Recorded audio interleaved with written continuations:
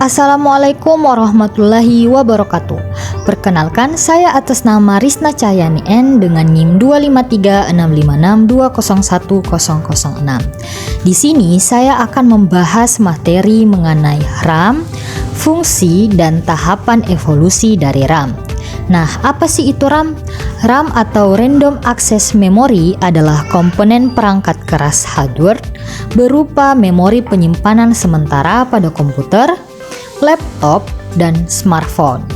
Nah, RAM ini berfungsi sebagai memori jangka pendek, menyimpan data aktif yang sedang diproses CPU untuk mempercepat kinerja sistem.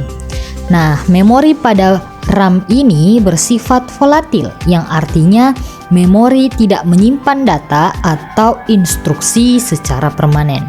Nah, sebagai contoh, saat kita menghidupkan komputer, data dan instruksi dari hard disk disimpan di RAM. Begitu komputer menyala dan kita membuka aplikasi program, maka sistem operasi dan program tersebut akan dimuat ke dalam RAM.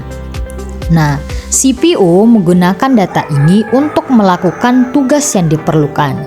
Sesaat setelah kita mematikan komputer, data pada RAM akan hilang pula.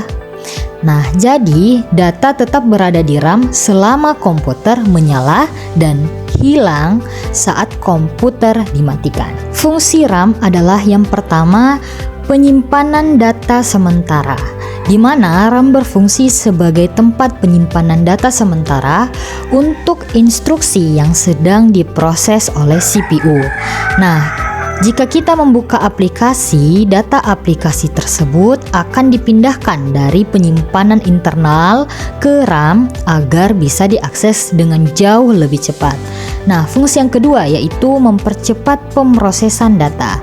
Karena kecepatan aksesnya yang sangat tinggi dibandingkan dengan media penyimpanan lain seperti hard disk atau SSD, RAM memungkinkan prosesor untuk mengambil data dalam hitungan nanodetik.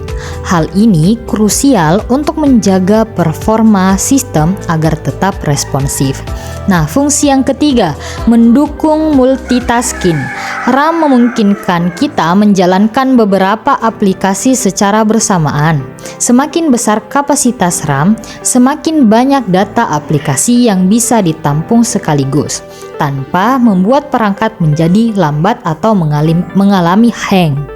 Nah, fungsi yang terakhir yaitu membantu kinerja grafis, di mana pada perangkat yang tidak memiliki kartu grafis atau GPU terpisah, RAM juga berfungsi untuk menyimpan data visual yang akan ditampilkan di layar.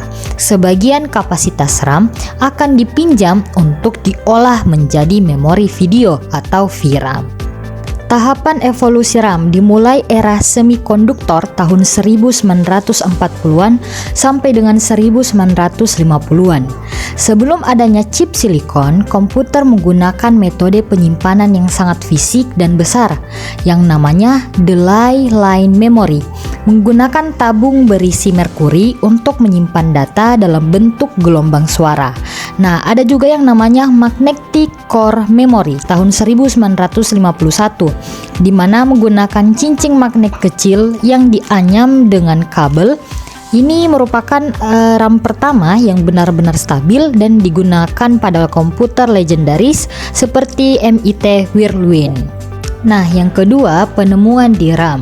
Revolusi silikon tahun 1966 sampai dengan 1970, di mana titik balik terbesar terjadi saat Robert Dennard di IBM menemukan Dynamic Random Access Memory atau disingkat DRAM pada tahun 1996.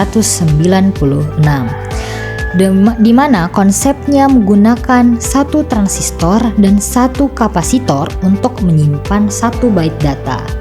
Pada tahun 1970, Intel merilis Intel 1103, DRAM pertama yang tersedia secara komersial.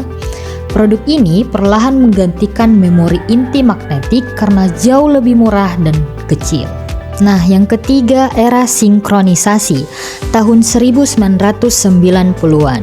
Pada awalnya RAM bersifat asynchronous, artinya ia bekerja tidak seirama dengan kecepatan prosesor atau CPU, sehingga CPU sering harus menunggu RAM selesai bekerja. Nah, lalu SDRAM tahun 1993 yang dimana Samsung memperkenalkan Asynchronous DRAM. RAM ini mampu menyelaraskan diri dengan detak jantung atau clock CPU, sehingga pengiriman data menjadi jauh lebih efisien. Nah, selanjutnya revolusi double dead data atau DDR. Tahun 2000 sampai sekarang, teknologi DDR memungkinkan RAM mengirimkan data 2 kali lebih banyak pada setiap siklus detak jantung tanpa meningkatkan frekuensi dasarnya.